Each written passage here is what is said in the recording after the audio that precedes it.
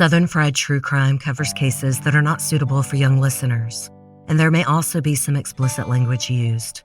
Listener discretion is advised. Theodore Roosevelt said, "No man is above the law and no man is below it, nor do we ask any man's permission when we ask him to obey it." Unfortunately, Teddy had never heard of O.J. Simpson or the infamous Texas millionaire and murderer Cullen Davis.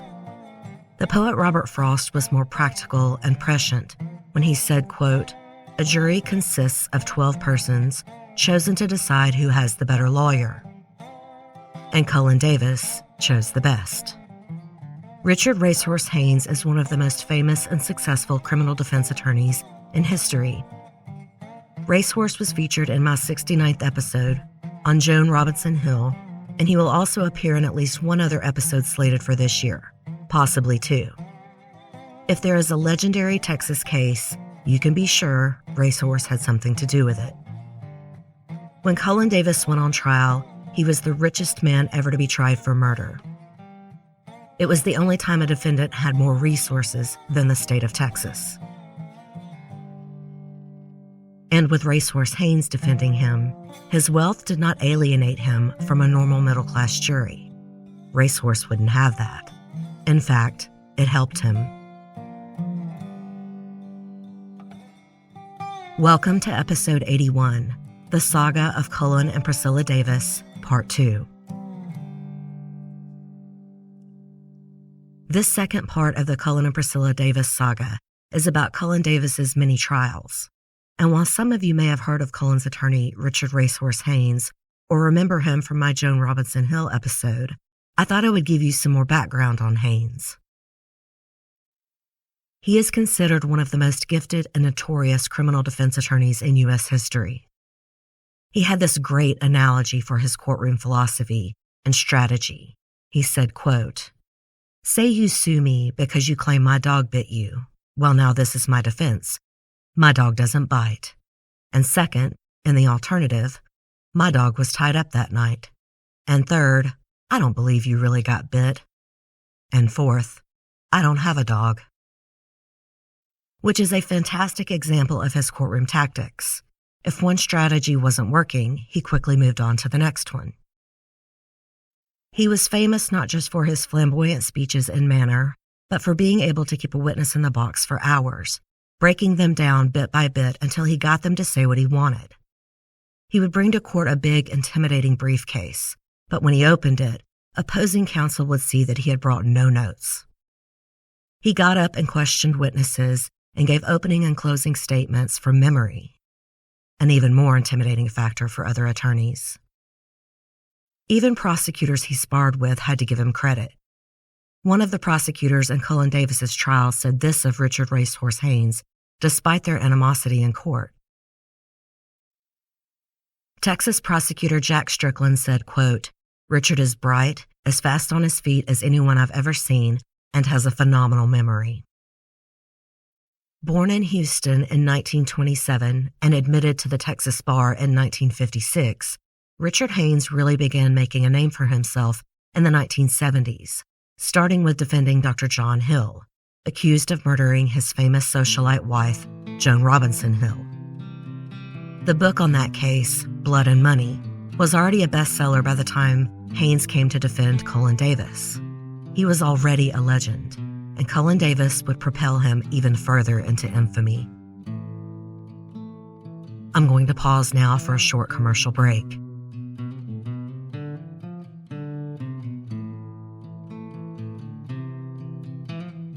Last week, I ended the episode with the murders of Andrea Wilborn and Stan Farr, and only the immediate aftermath. The police being summoned by both Priscilla and Beverly Bass, the discovery of the bodies, and how Priscilla and Bubba Gavril were both in the hospital, though Bubba was more critical. He would be paralyzed waist down from his injury. But Priscilla's diagnosis was deemed serious. The bullet that pierced the bottom of her breastbone had exited out her back near her spine, a painful injury that would keep her addicted to pain pills for the rest of her life. Many people have said that her breast implants saved her life, that one implant deflected the bullet. This is nothing but salacious gossip. I was irate while watching one true crime show that interviewed author Mike Cochran, as well as another author who supported the claim that Priscilla's breast implant saved her life. It's not hard to believe that newspapers, especially gossip columns and magazines, would sensationalize Priscilla's wound, but it is hard to swallow an author doing that. She wrote Texas Justice Bought and Paid For. I read some reviews that questioned her research, and they were right. But getting back to the timeline, Priscilla Davis was in the hospital for weeks, even missing her daughter Andrea's funeral. She later had to be readmitted because she had contracted a staph infection at the hospital. But the night of the shooting, the police already knew who the shooter was. They were also warned that Cullen's brother, Bill Davis, probably needed protection, and that Cullen owned his own Learjet, housed at a private Fort Worth airport. Officers were sent to watch the plane until Cullen was apprehended. At the hospital, Priscilla's friends had called their husbands, who were now cooperating with police. Judy McRory's husband, David, told police that Cullen lived with his girlfriend, Karen Master, in Edgecliff Village. David McRory will figure largely in this episode, but it should also be noted how he jumped to action to help that awful night. He was the one that had to tell Dee Davis that Andrea, her 12-year-old half-sister, was dead. She fell to the floor sobbing hysterically. He also called Jack Wilborn and told him only that Andrea had been shot and he needed to get there as soon as possible. He didn't want to tell Jack over the phone that his little girl was dead. It was Dee who saw Jack Wilborn running into the hospital, and running to him, she cried, "Cullen killed Andrea." She still called Jack Daddy, though she had lived with Priscilla and Cullen and had taken the last name of Davis. Jack Wilborn had raised her for almost a decade before his divorce from Priscilla. Meanwhile, Cullen's brothers, Bill and Ken Jr., were notified. Ken immediately called Cullen at Karen's house. She answered the phone, irritable, and then handed it to Cullen.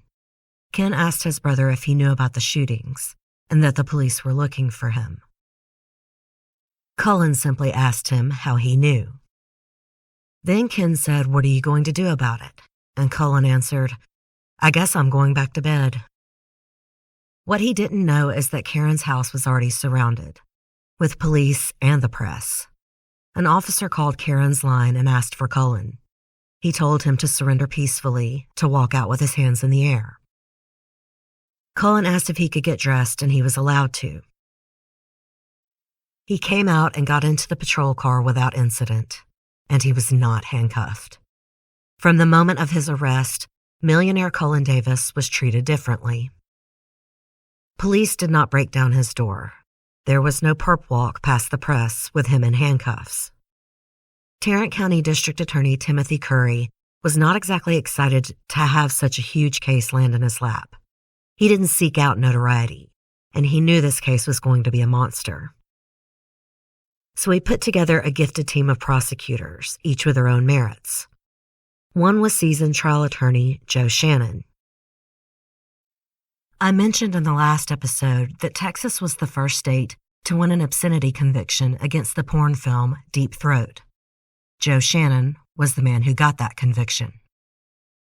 The DA's team made a controversial move early on, before Cullen's bond hearing. They had a justice of the peace sign an order to have Cullen examined by a psychiatrist. They were anticipating an insanity defense. And it's obvious why. With 3 eyewitnesses to the crime, it seemed logical that Cullen's defense team would go that route. But no one could predict what Racehorse Haynes would do in court. But Racehorse wasn't involved at this point. Cullen's current attorney was already on top of the ruling and made a motion to set aside the order. There was nothing in the state statutes to support the order, and he won his motion. As for the bond, the DA asked for $25,000 for each murder and $15,000 for the attempted murders, $80,000 total. So millionaire Cullen Davis could bond out for what would be pocket change for a man like him. The public was outraged and saw it as favoritism for a rich and powerful Fort Worth man. But those amounts were actually higher than usual for the time. The DA's office was following the law.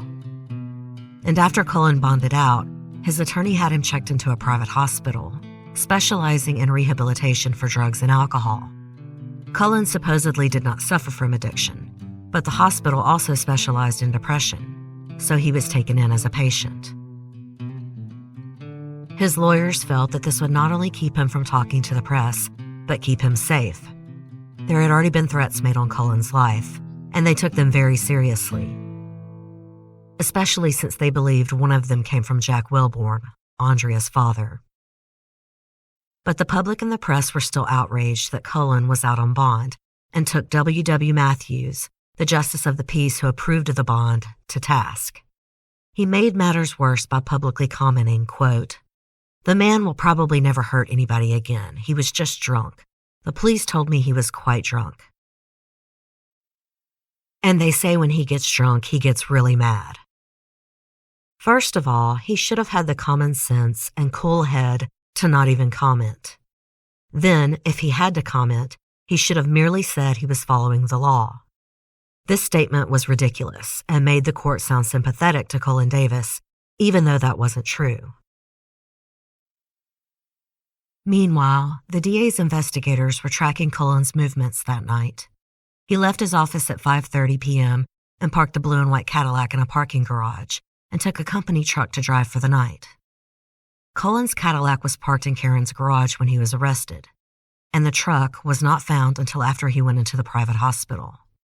Cullen obviously had an accomplice, at least as far as moving his vehicles around.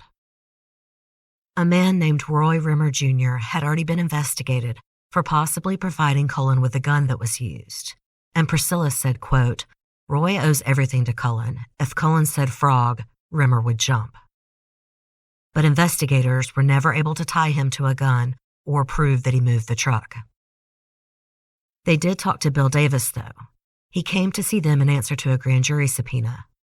He wanted to talk to the prosecutors off the record first. And for the first time, the state was now aware that the youngest Davis brother was suing Cullen and Ken Jr. in federal court for misappropriation of funds, among other things.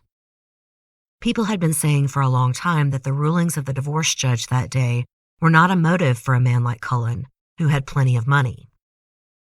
This now proved he was under financial pressure, not just from Priscilla, but from his brother.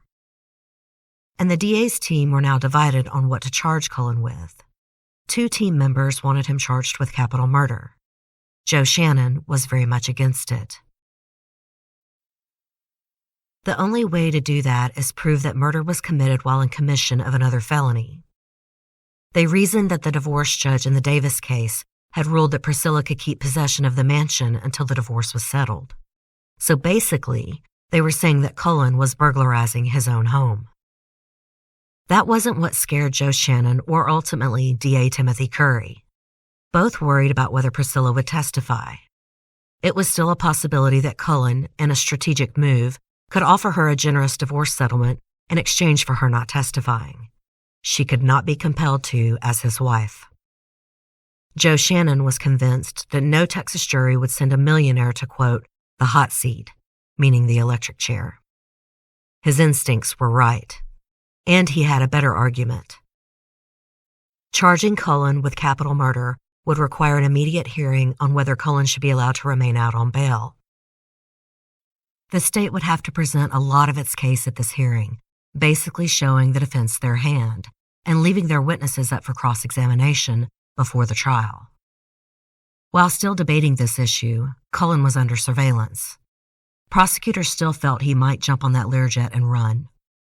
I believe this influenced their decision to charge him for capital murder more than anything else.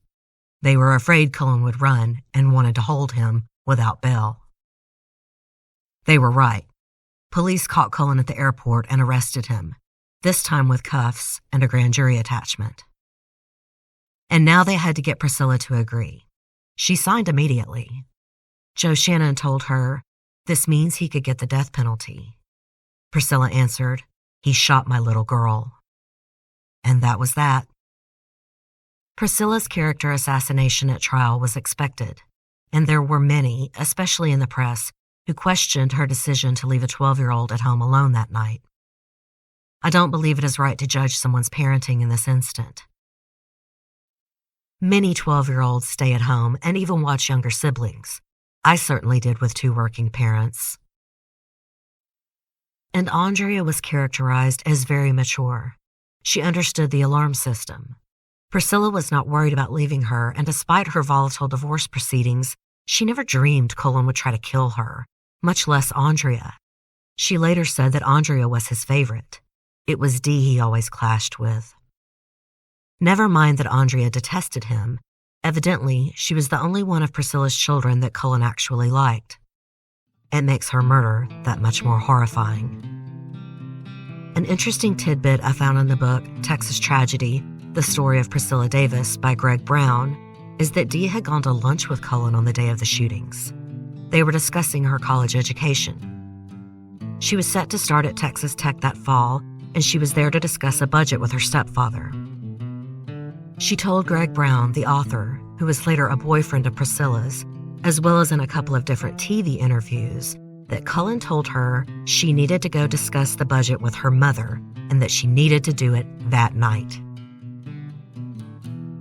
She said he kept insisting she get it handled that evening.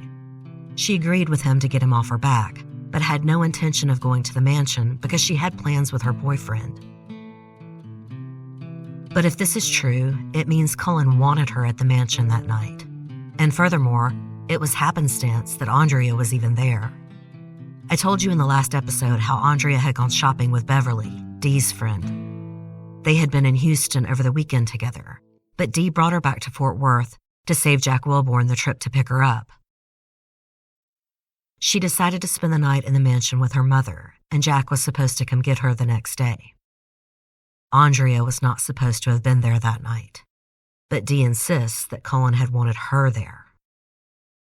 It is chilling to think that Cullen would knowingly put any of Priscilla's children there that night, but if he was going to, it does make sense that it would be Dee, the kid that had smarted off to him, and so he broke her nose and killed a cat, the teenager that was always on his nerves. But back to our timeline and to Priscilla's immediately agreeing to testify. Priscilla has been called many things for many years, but she has always protested that Andrea did not get justice, that Andrea was forgotten in the drama of Cullen Davis. She had signed without hesitation. She would testify against her husband. And so it was done. Cullen was arrested at the airport, and the grand jury indicted him in all 4 cases: Andrea's murder, the murder of Stan Farr, and the attempted murders of Priscilla and Bubba Gavril. Andrea's murder would be tried first and separately. The first hearing was set for August 23rd. Priscilla was still recovering from her bullet wound, and prosecutors were afraid she wouldn't be able to testify. She came in a wheelchair. Pale and looking very frail, she testified in a strong voice to the events of that evening. She also testified to the violence within her marriage to Cullen, describing many episodes of abuse. The DA also entered into evidence the injunction in the Davis divorce case that gave Priscilla exclusive use of the mansion. Bubba Gavril also appeared in a wheelchair, identifying Cullen Davis as the man who shot him that night.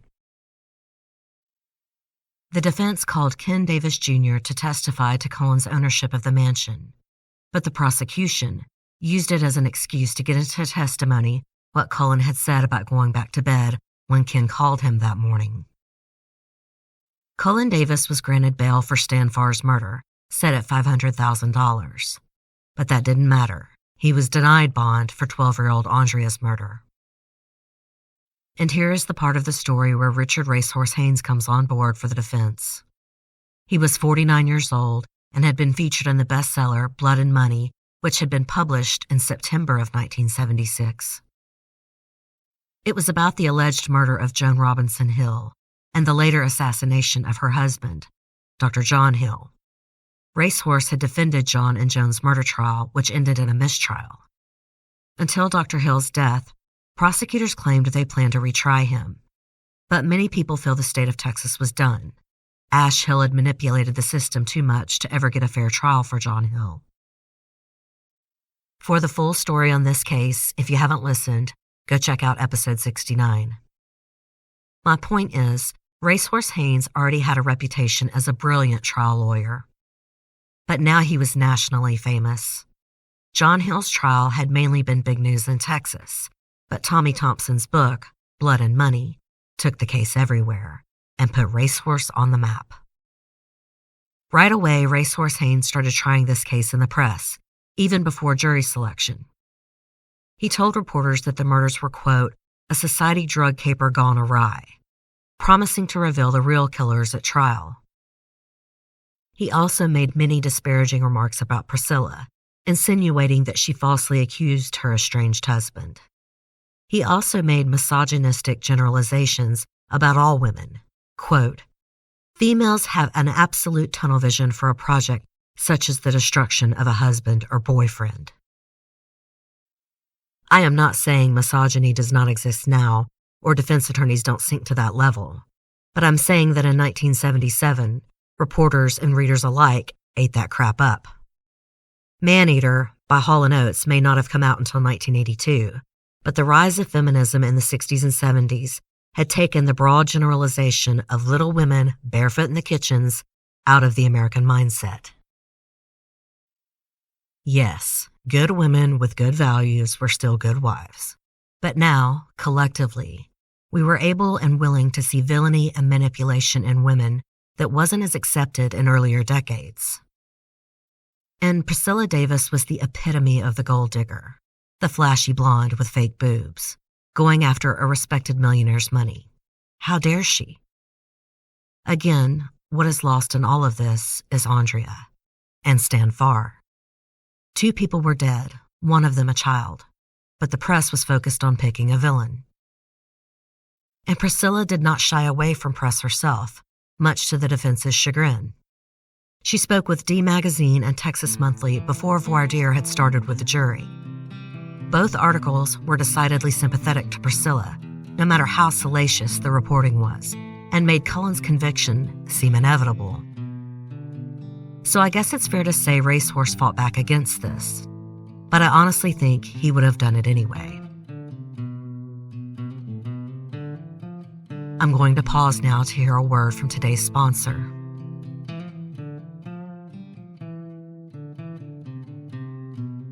Eight weeks into the trial and a jury still wasn't seated. The selection process in a capital case is grueling, and author Mike Cochran estimates they were seating about 1 juror a week. And these jurors had to be sequestered. 1 juror was allowed to leave and attend her father's funeral.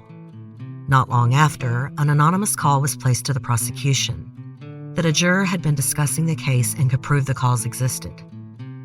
The juror in question had made 3 calls.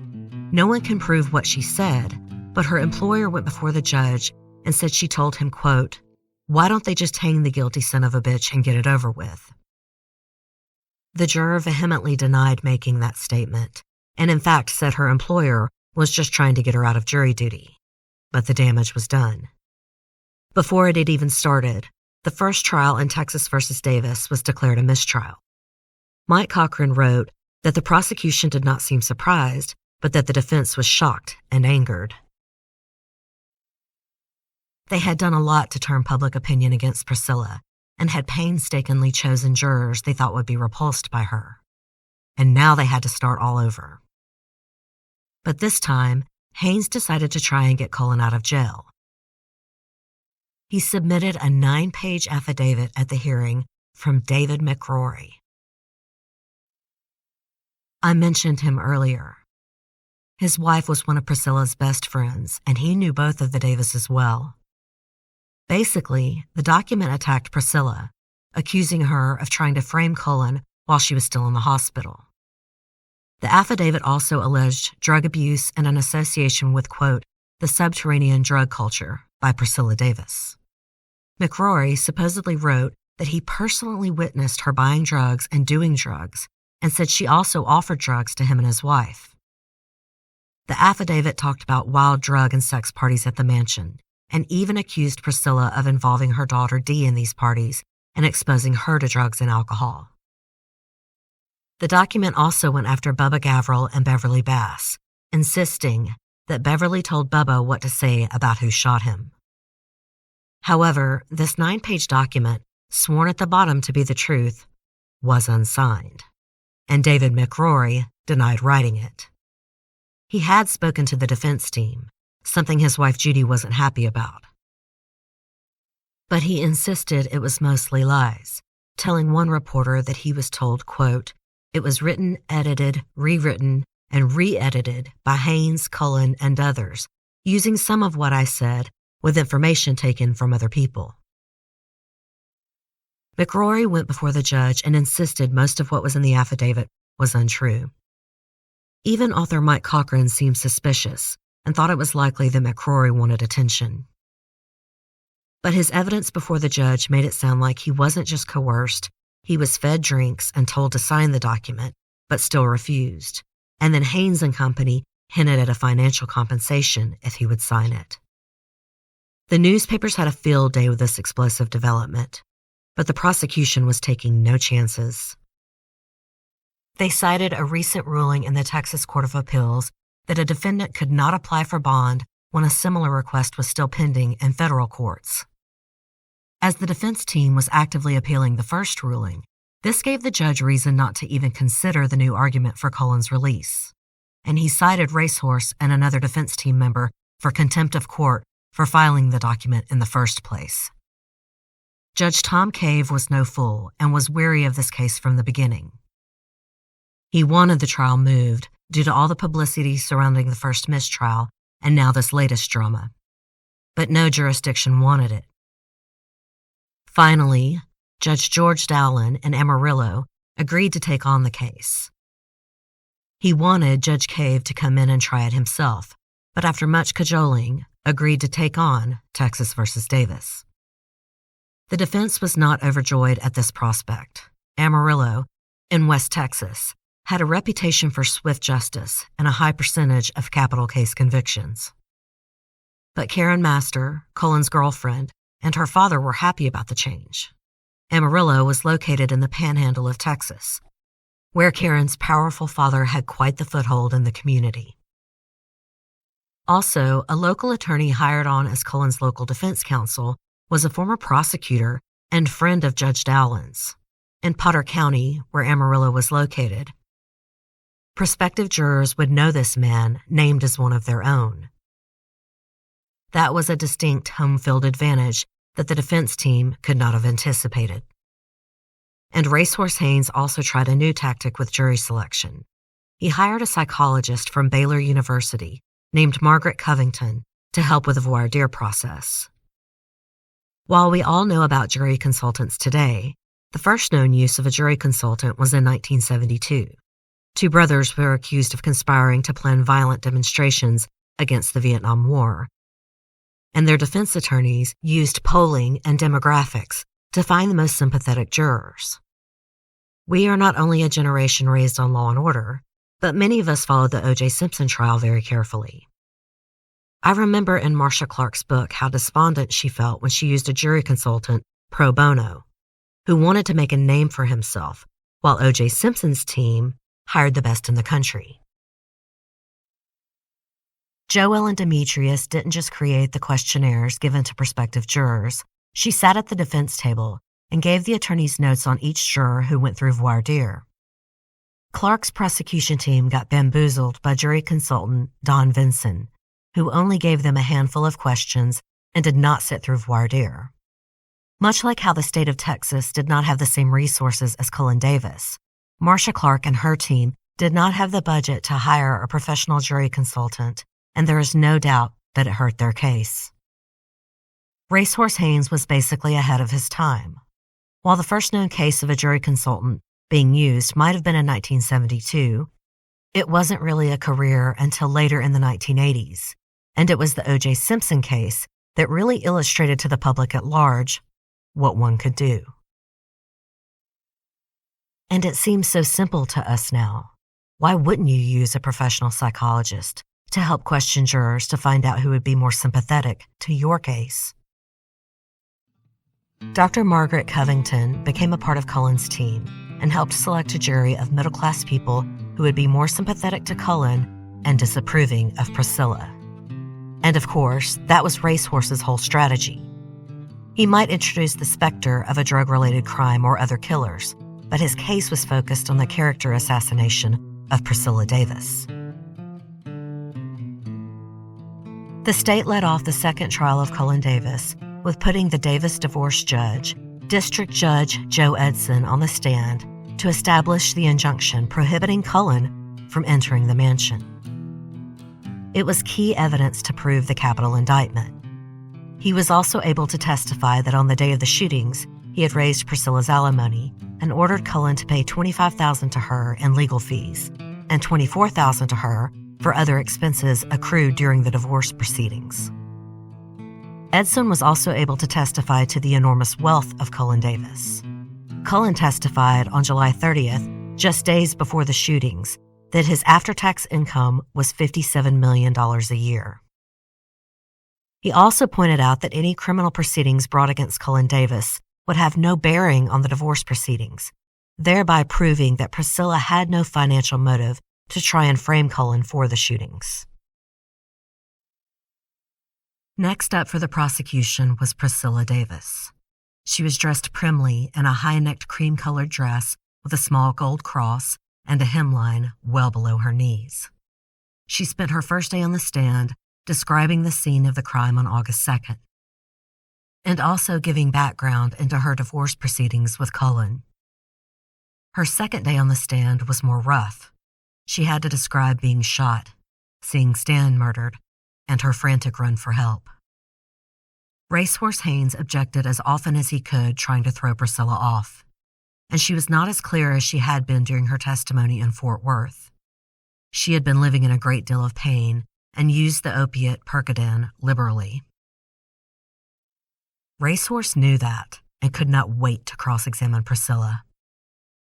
He started by firing questions at her about her lifestyle, her acquaintances, her love life, and her own background in 1974, before the shootings, before her divorce. Joe Shannon objected and said these questions were irrelevant, but Racehorse insisted the questions were pertinent to his theory that the shootings were drug-related. The judge allowed the questioning. Mike Cochran explains in his book, Texas vs. Davis, that Judge Dowling did not want to try this case again and did not want anything turned over on appeal, so he let the defense have a great deal of latitude with their cross-examination of Priscilla about matters that did not pertain to August 2nd, 1976. Racehorse started questioning Priscilla about a man named W.T. Ruffner. She had dated him, but denied that he had ever lived in the mansion. Out of nowhere, Racehorse pulled out a poster-sized photograph of Priscilla and W.T. Ruffner. She was scantily dressed in a halter top and tip huggers and was holding a drink. Ruffner wore nothing but a necklace and a Christmas stocking on his genitalia. You heard that right. Racehorse flashed a picture to the jury without entering it into evidence first that showed Priscilla in a terrible light, partying with a naked man who had only a Christmas stocking to cover his penis.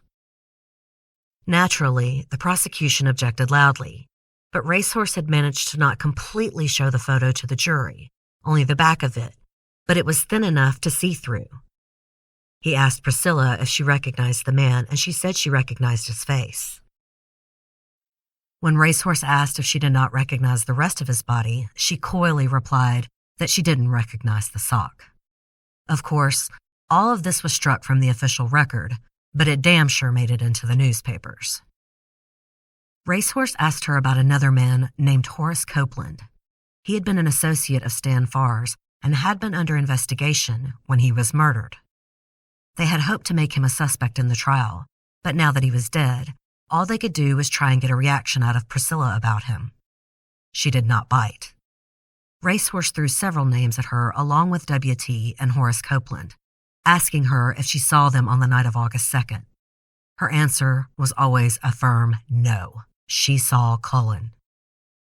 Reporters asked Racehorse about these other men, but he would only smile and not answer their questions. His defense became known in the press and forever after as the ABC defense. Anybody but Cullen. On Priscilla's fourth day of testimony, Racehorse went hard after her about her use of Percodan. She answered truthfully that she did depend on the painkillers. She guessed she took around 100 a week, and Racehorse got her to admit it was probably more like 200 a week. He also got her to admit that she was addicted to the painkillers. Racehorse questioned her at length about the supposed drug and sex parties at the mansion, all of which she denied. He questioned every part of her life and how she lived it, even though it was irrelevant to the murder of Andrea. He got those questions in on the specter of a drug deal gone bad as the reason for the shootings. Priscilla spoke angrily with reporters. She said, quote, "I'm not saying I'm Miss Goody Two-Shoes, but their only defense of Cullen is to destroy me. I realize that while Cullen is the one on trial, it's really me they're after. They're treating this like a smutty divorce, when in reality, it is a murder. A 12-year-old child was killed. They seem to forget. I never will." Her other daughter, Dee, would later say that her mother came home one day from court, crying and saying it is now day 17 of the trial and Andrea's name has not even been spoken yet. And she was right. The prosecution was working so hard to deflect Priscilla's character assassination that they failed to humanize Andrea Wilborn. And Cullen Davis was signing damn autographs on the steps of the courthouse. It was a complete circus. It was the Priscilla and Cullen show, and Andrea was just a footnote, even though this trial was for her murder. Racehorse ended his cross-examination of Priscilla by pointing out that she had no cuts or scratches on her feet when she was admitted to the hospital. He was insinuating that she could not have run barefoot to her neighbor's house, hundreds of yards away, without getting cuts on her feet. While it does seem strange, it's not as though she was running through the woods. She was running through well-kept, freshly mown grass. Next up for the prosecution was Bubba Gavril. After extensive physical therapy, he had regained most of the use of his left leg. He could now walk on crutches. But the defense objected to Bubba being seated before the jury. They didn't want him, quote, parading his injury in front of the jury. Joe Shannon angrily told the judge he didn't see why they should hide the killer's handiwork from the jury. But Judge Dallin agreed with the defense, and Bubba was seated before the jury was led into the courtroom. He testified to what happened that night, agreeing that Beverly had screamed, "It's Cullen," right before he was shot. He unfortunately did have some memory issues, but he still positively identified Cullen Davis as the man who shot him that night. He may not have known him before, but he did not forget his face. He admitted he had gotten Cullen's height wrong when describing him to police, but these issues would be common for anyone who was grievously injured. After Bubba's testimony, the state put on several official witnesses, police, crime scene experts, and the like to enter in physical evidence. Unfortunately, though the physical evidence matched the testimony given by eyewitnesses, it did not tie Cullen Davis directly to the crime scene. His fingerprints and blood were not found. Racehorse naturally went after the police for mishandling or overlooking evidence. This wasn't exactly necessary, since Cullen couldn't be tied to the scene, but he needed to show that the police missed evidence of another killer or killers. Next up to testify was Beverly Bass. She had never testified in public before, though she had given 2 depositions in Bubba Gavril's civil suit against Cullen. On direct examination by D.A. Timothy Curry, she explained that she had known Cullen and Priscilla Davis for 7 years, proving that she would indeed have recognized him that night. And then she went through the night of the shootings. She told how she heard Priscilla scream and then recognized Cullen as he came through the door. She told how she watched him shoot her boyfriend Bubba and that she screamed and started running. She said she was screaming, "Cullen, it's me, Bev, please don't shoot me." She made a good and credible witness. That is, until Racehorse got a hold of her. First, he caught her in a lie. Not one she told on the stand that day, but during depositions, when he had asked her if she had ever been in the hospital. She had said no, twice. At Cullen's trial, he specifically asked her about a surgical procedure she had in August of 1975. He never said the word abortion. He didn't have to. His point was, he got Beverly to admit that Priscilla took her to a pregnancy clinic in another town. And he implied that Priscilla paid for the abortion. How he found out this information is a mystery. She had signed into the clinic with her sister's name. It sounds to me like someone with inside information told him about it. Cullen and Priscilla were separated and in the middle of a divorce by 1975, but there were many other friends mutual to the couple as well as Dee who could have given Racehorse the tip. None of this had anything to do with the murder of Andrea Wilborn, of course. Racehorse was just trying to demonstrate that Beverly would lie under oath. The humiliated young woman cried and said she had forgotten when she was asked during those depositions. She yelled from the stand, quote, "It was something I wanted to forget, so I had forgotten about it." Oddly, the prosecution did not do much to object to this line of questioning. They hoped that the jury would see Racehorse treating a young woman poorly and sympathize with her. But what Racehorse Haynes did was slut-shame Beverly Bass in open court and proved that she had a, quote, special relationship with Priscilla Davis. Priscilla helped her when she was desperate and tried to help her hide it. It's disgusting, obviously, but Racehorse got away with it because he had been floating a theory that instead of Priscilla and Beverly running in opposite directions the night of the shootings, Priscilla to the nearest neighbor and Beverly towards the road, Racehorse posited that they met up in the dark in the yard and agreed to frame Cullen. Never mind that Bubba Gavril was also a witness. The defense claimed that his father told him what to say while he was still in the hospital. Never mind that Priscilla was grievously injured and had neighbors for her witnesses. Never mind that Beverly not only stopped a civilian car, but flagged down a private security worker and also rode with the police back to the mansion. None of their stories ever changed. But with smoke, mirrors, misdirection, and misogyny, Racehorse Haynes put the specter of doubt on the stories of these two women, both of whom were victims. Beverly may not have been shot, but she suffered for years from PTSD and feared for her life. After Beverly, the state put on the director of the Fort Worth Crime Lab, who concluded that the bullet that killed Andrea matched the bullet taken from Stan Farr's body. After 24 witnesses and 47 days of testimony, the state rested on October 24th. And now Racehorse Haynes began his defense of Cullen Davis in earnest. His opening statement reiterated that he planned to show that Cullen had no motive for being at the mansion that night and that Priscilla Davis was fabricating her testimony for sheer greed. He hinted that there was more to Priscilla and Beverly's relationship than a friendship and Priscilla's help with Beverly's abortion. He even disparaged the late Stan Farr and said he would be bringing witnesses to show that Farr had business dealings with Horace Copeland and W.T. Ruffner. Copeland was already dead. Ruffner was the Christmas sock guy. He was painting both of them as drug dealers.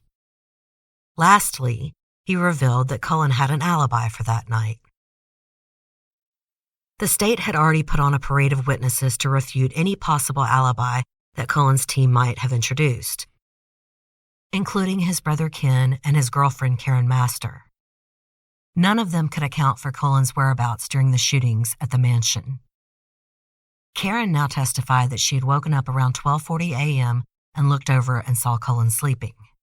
She said he was dressed only in shorts with no shirt. When Joe Shannon tried to impeach her new testimony with records from the grand jury, not to mention what she'd already said at this trial, Karen claimed that she had forgotten and that at the grand jury proceeding, she hadn't realized it was important. She explained that at the time, she didn't think seeing him at 12:40 was relevant. She also claimed she misunderstood the question originally. It was bad acting at its finest, but Karen Master was not Priscilla Davis. She was the daughter of local Ray Hudson. She was one of Amarillo's own. And despite the fact that she was technically Cullen's mistress, she was never portrayed in the same light as Priscilla, who was perceived to be having an affair with Stan Farr. Priscilla and Cullen had been separated and going through a divorce for 2 years, and yet Priscilla's relationships continued to come under fire while Cullen's relationship with Karen Master was perfectly acceptable. Racehorse also put W.T. Ruffner back on the stand, but not before he asked the judge to insist that W.T. change his shirt. Old W.T. had decided to profit off of what Racehorse had used in court against him. He had T-shirts made up of the photograph of him and Priscilla, where he wore nothing but a Christmas stocking on his penis. He was selling the shirts outside the courthouse. The judge did make him change his shirt, and Racehorse did score some points off W.T. W.T. said that Priscilla did have a lot of parties and unsavory characters around her during that time. He said that he himself warned her that these so-called friends were stealing from her. She would say she couldn't understand how her grocery bill was $500 a month, and W.T. said he watched people walk out of the mansion with bags of food. If anything, I think this all makes Priscilla seem trusting and naive.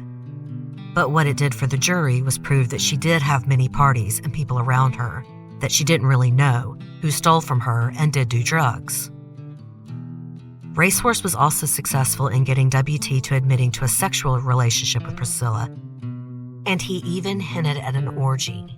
He and Priscilla in bed with another couple in an RV on a trip to a Willie Nelson concert. On cross-examination, the state chose to ignore the unsavory aspects of W.T.'s relationship with Priscilla and got him to say he was afraid he would be made a patsy in these shootings. W.T. had heard rumors that were being spread that he had taken money to assist in the shootings. W.T. answered firmly, "No, sir," to each question of, did you shoot Andrea Wilburn? Did you shoot Gus Bubba Gavril? Did you shoot Priscilla Davis? He always said, "No, sir." Racehorse Haynes had not successfully made W.T. a suspect, but he had strategically used him in Priscilla's character assassination, which was by now complete. After W.T.'s testimony, the defense put on what prosecutors called the Parade of Lovelies. Racehorse put on several witnesses who had attended parties at the mansion when Priscilla lived there without Cullen. They told of drugs and sex parties. Of course, the prosecution strenuously objected. What Priscilla did or didn't do in the mansion prior to the night of August 2nd should have no bearing on this trial. But the argument was futile.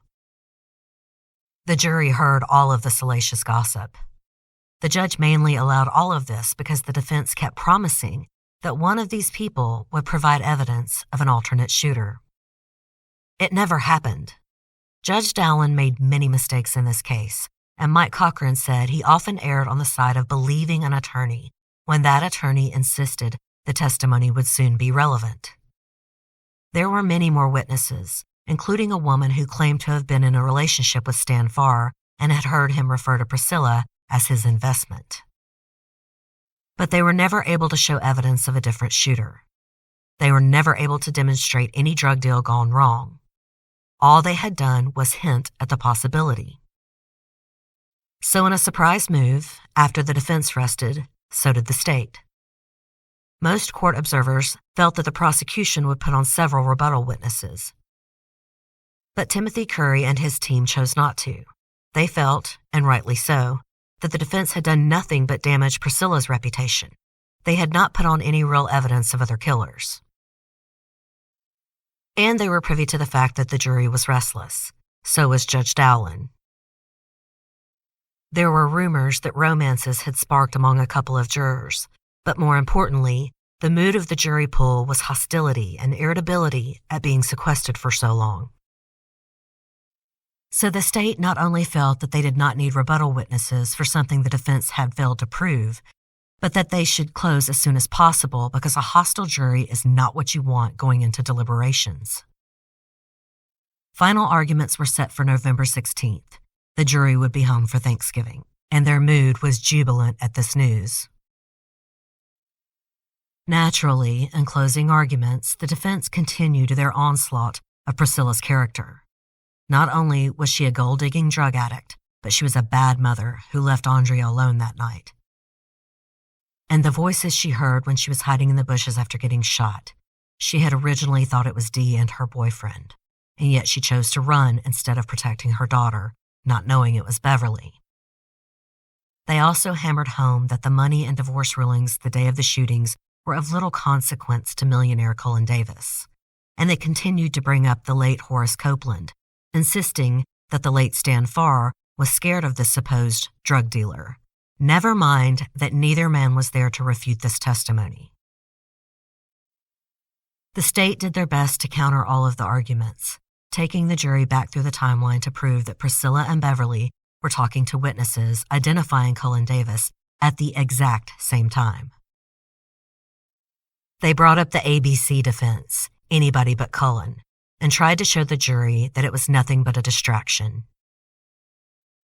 And at the last moment, they did try to humanize Andrea Wilborn. They contended that she was either chased by Cullen or marched to her death in that basement. But they never showed a photo of the beautiful and vivacious girl in life. They showed crime scene and autopsy photos. I think one of the biggest mistakes in this trial was the state fell under the pressure of Racehorse Haynes. His focus was to annihilate Priscilla Davis, and the state focused on trying to undo that damage. Andrea Wilborn should have been front and center the whole trial. She was not. The mood of the jury room was not surprising to many. Racehorse's jury consultant had chosen exactly the right middle-class, God-fearing jurors who hated Priscilla Davis. Only one, a woman, admired Priscilla's stamina on stand and disliked Karen Master, but she was easily swayed to the other side. No one was really surprised when the jury came back and acquitted Cullen Davis. He had not even been the one on trial. Priscilla had been. He was still a good Fort Worth boy from a good family. She was still a cheap blonde from the wrong side of the tracks. The defense hosted a victory party at a bar called Rhett Butler's. Not only did several jurors join the party, so did Judge Dowland in another show of appalling judgment. The revelry lasted through the night, and several reporters were there too. Racehorse woke up to headlines the next day, finding out he had drunkenly called Priscilla, quote, a shameless brazen hussy, a charlatan, a harlot, and a liar. Even cocky Racehorse Haynes knew this was not a good look, but it didn't really matter. They had won. Some jurors even spoke to the press and said they believed it was possible Cullen Davis was guilty, but that the defense had proven reasonable doubt. I don't believe that is true. The defense was never able to identify another mysterious man in black, or really prove that Cullen had an alibi. Some jurors even admitted they thought Karen Master lied. No, this came to a battle of who they liked better, Cullen or Priscilla. Forget about the 12-year-old girl murdered in cold blood. This was always going to be the Cullen and Priscilla show, and he had won. The prosecution was despondent. DA Timothy Curry bemoaned the state of the justice system. However, they had not even yet announced plans to prosecute Cullen for the other charges when they received an explosive tip. Cullen Davis had hired a hitman to kill his divorce judge, Beverly Bass, Bubba Gavril, and a few others. And that hitman was none other than David McCrory, friend to both Priscilla and Cullen. I'm going to pause now for a final commercial break.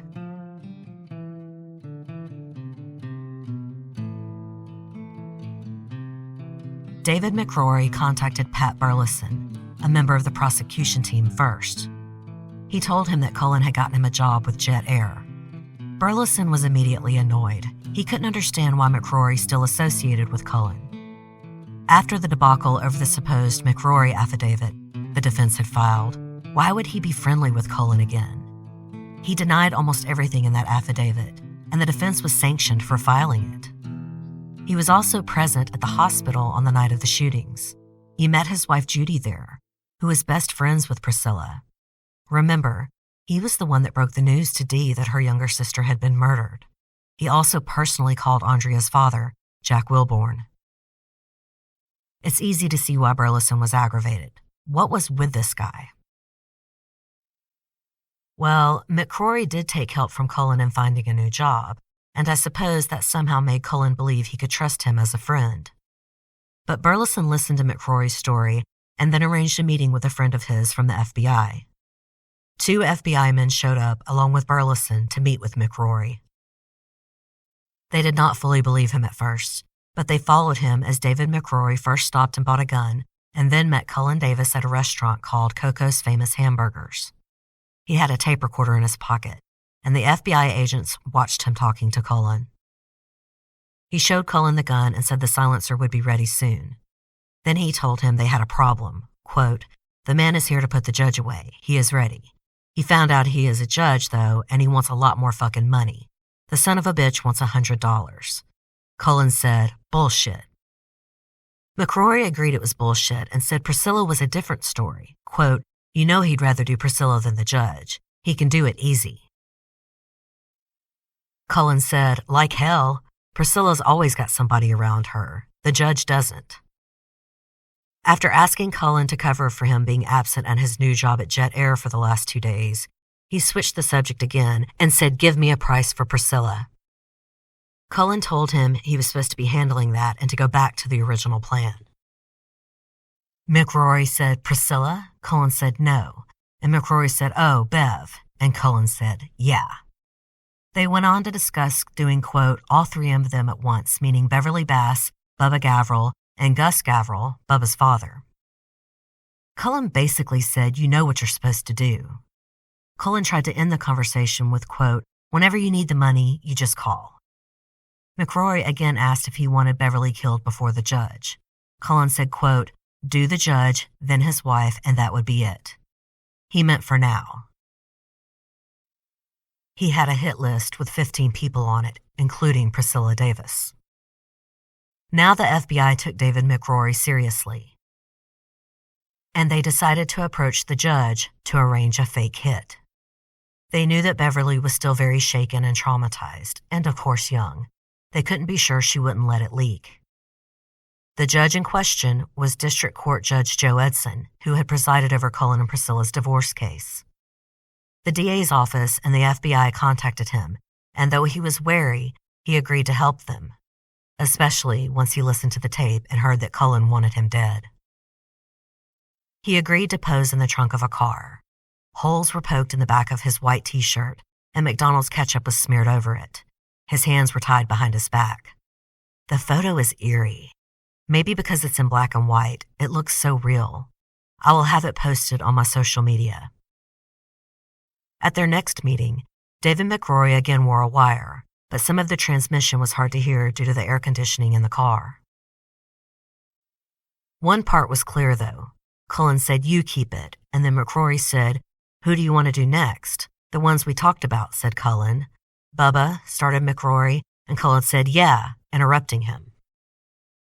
McRory later said what happened here, that Cullen had told him to keep the faked photograph of the murdered judge. He didn't want it. Then McRory said he had something for him in the trunk. He gave him a gun and in exchange accepted a bag with $25,000 in it. McRory said distinctly, "I got Judge Edson dead for you." "Good," said Cullen.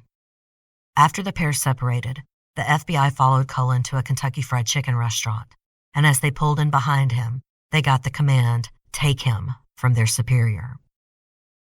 Cullen Davis was arrested for solicitation of capital murder, for hiring a hitman to kill Judge Joe Edson. Racehorse Haynes was sailing in the Galveston Bay when he kept getting radioed about his pain-in-the-ass client. Mike Cochran reports that Racehorse did not jump to defend Cullen, but made him pay $2 million up front. I've seen estimates of $13 million for Cullen's first 2 trials. I'm not sure what Racehorse made off of Cullen Davis in total, but if he wasn't already a millionaire, he was by then. As much as I would like to take you through the next 2 trials, gavel to gavel, we would have to go 3 episodes on this case. A new assistant DA named Jack Strickland was assigned to Cullen's case, and a change of venue was again granted, but this time to Houston. That was Racehorse Haynes' hometown. He really had a home field advantage this time. The defense once again used a jury consultant, and once again put Priscilla Davis on trial. They claimed that she conspired with Pat Burleson from the DA's office and David McRory to set Cullen up. Karen Master was up on the stand again for another fine performance, insisting her now fiancé feared for his life. She had enjoyed her celebrity status quite a bit in Cullen's first 2 trials, and she lived on an allowance that was exactly what Priscilla was living on before Judge Edson raised it on the day she was shot. Karen got $3,500 a month, not to mention furs and jewels and trips all over the world. But the one thing she didn't have yet was marriage. According to Mike Cochran, before the murder-for-hire trial started, Karen pitched a fit and insisted Cullen announce plans to marry her. Apparently, she didn't like being referred to as his mistress in the papers, even though her press was always much better than Priscilla's. After a lengthy and pained trial, especially for Racehorse, who was now showing some wear and tear, the defense still got a hung jury. They had been hopelessly deadlocked 8-4 for conviction. But the state was not ready to throw in the towel. They planned to retry Cullen for the solicitation of capital murder charges again. In between these 2 cases, Cullen finally settled his divorce with Priscilla. After everything she had been through, she was ordered to vacate the mansion and received a $3.3 million divorce settlement. That's a little over $12 million today. Again, not chump change, but nothing near what she had asked for originally. Before Cullen's first murder trial, he had been worth $100 million, and she had wanted half. It's safe to assume he was worth much less after lawyers' fees, over now what was 3 trials, but still, that was a paltry amount for a woman who had survived attempted murder, lost her daughter and boyfriend, and watched the son of a bitch who did it walk free. And he walked free again after his second trial for murder for hire. This time, Cullen took the stand in his own defense, claiming he thought he was working with the FBI and was framed. Racehorse Haynes hired a linguistics professor to go over the tapes. Again, a brilliant move, just like using a jury consultant. Professional trial witnesses, often medical examiners and the like, are commonplace today. But this was 1979. You didn't often see a linguistics professor on the stand at a murder-for-hire trial. His name was Roger Shuey from Georgetown University. It was Shuey's first time testifying as an expert, and as far as he or anyone can guess, it's the first time it happened in the United States. Shuey testified that he believed Cullen Davis was set up. Quote, "One of the things I noticed was that Davis never initiated any of the topics about killing. It was always McRory." He said this was, quote, "somewhat surprising if murder for hire was Davis's actual agenda." He also noted the odd pacing, timing, and the intonation of Davis's words, and found that sometimes there were simultaneous conversations about 2 different topics. Once again, Cullen Davis was acquitted. Jurors later admitted that they did not trust most of the state's evidence, but they did find the tapes troubling until the good professor was able to explain it to them. It's unbelievable. Looking at Cullen Davis's crimes with 2020 eyes, you just cannot believe he got away with this. It was bad enough he got away with a double homicide and the attempted murder of 2 people, but these trials had actual FBI agents as witnesses. They had Cullen on tape. How could a reasonable jury do this? Jack Strickland, the prosecutor for the 2 murder-for-hire trials, truly believes it had to do with money. Cullen Davis could outspend the state of Texas. And Racehorse Haynes could convince you the damned earth was flat. Also, decades later, it came out that Cullen was paying the DA's chief investigator for information. They knew every move the prosecution would make before they made it. They knew what evidence they had. Strickland said after the first mistrial, quote, "I don't want to be melodramatic, but people should not be bigger than the system. They should be held accountable, whether they are millionaires, presidents, or Ford Motor Company. When you get a person of great power, money, and influence, the system is really put to the test." Indeed, Mr. Strickland. Cullen Davis completely twisted the system in all of his cases. Strickland also still gives the occasional interview about Cullen Davis, and you can tell he is still bitter after all of these years. I don't blame him one bit. Incidentally, he had a short romance with Priscilla Davis after the trials were over. They had grown close. He said they were actually close to marriage, but changed their minds. He had said that the press would have a field day and they did not want to hurt their families. But they remained close friends, so much so that Strickland gave the eulogy at Priscilla's funeral in 2001 when she died of breast cancer at the age of 59. Her daughter Dee had struggled with drugs and alcohol after Cullen got away with murdering her sister. Priscilla found out from a phone call from a rehab center that her daughter Dee had given birth. She took guardianship of the little girl and also named her Priscilla and cared for her for many years until Dee finally got her addiction problem under control and was fit to parent her daughter. In Greg Brown's book on Priscilla, he mentioned some drama about Dee getting little Priscilla back from her mother. I don't want to go too far into that. These people's lives have been upheaved enough, but I will say Dee Davis still gives interviews, so she does not mind going on record about her hideous former stepfather. But I will not discuss whatever her daughter is up to today. I hope she lives a happy and private life. Priscilla and her lover, the author of that book, Greg Brown, both got DWIs in the years they were together. He characterized their relationship as very unusual. He was a gay man, not bisexual, he insisted, but he was in love with Priscilla. He admits that their mutual alcoholism also defined their relationship. He was with her until her death. Karen Master Davis also preceded her husband in death. She died at age 67 in 2016. Though her exact cause of death was never mentioned publicly, I did see that organ failure was a contributing factor, so perhaps it was cancer as well. Gus Bubba Gavril, the young man who survived Cullen Davis and remained partially paralyzed for the rest of his life, died in 2018 after a long battle with pancreatic cancer. He and Beverly Bass did marry and had a daughter named Katie. From what I can tell, Beverly is still alive today. She does not give interviews. And again, for privacy, I did not dig into Katie's life. Unbelievably, Stan Farr has a surviving son, John, who chose to meet Cullen Davis and even spent the night in the murder mansion. He too is a born-again Christian and has chosen to forgive Cullen, who never confessed or much less apologized to him. He said he is a godly man and this is his choice. While I cannot understand it, it's not my business to judge Stan Farr's son. And what of murderer Cullen Davis? Well, naturally, he found God and calls himself a lay preacher. He is alive and kicking, living in a modest home in Colleyville, Texas. If you're a member of my Facebook group, you have seen a photo of the home he lives in. If not, please join us. And the murder mansion? Well, investors tried unsuccessfully to make it into a couple of restaurants after the Davises were forced to sell it in 1987. Today it is a wedding venue. You can see photos at thestonegatemansion.com. Evidently, it is in high demand.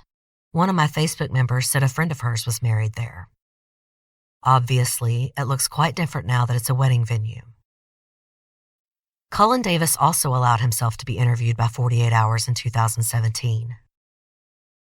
Maureen Maher interviewed him, and after he yammered on about finding God and they showed shots of him shooting pool, she asked him, quote, "Does a man of God have to confess to his sins publicly?" "That's kind of a crazy question," Cullen answered.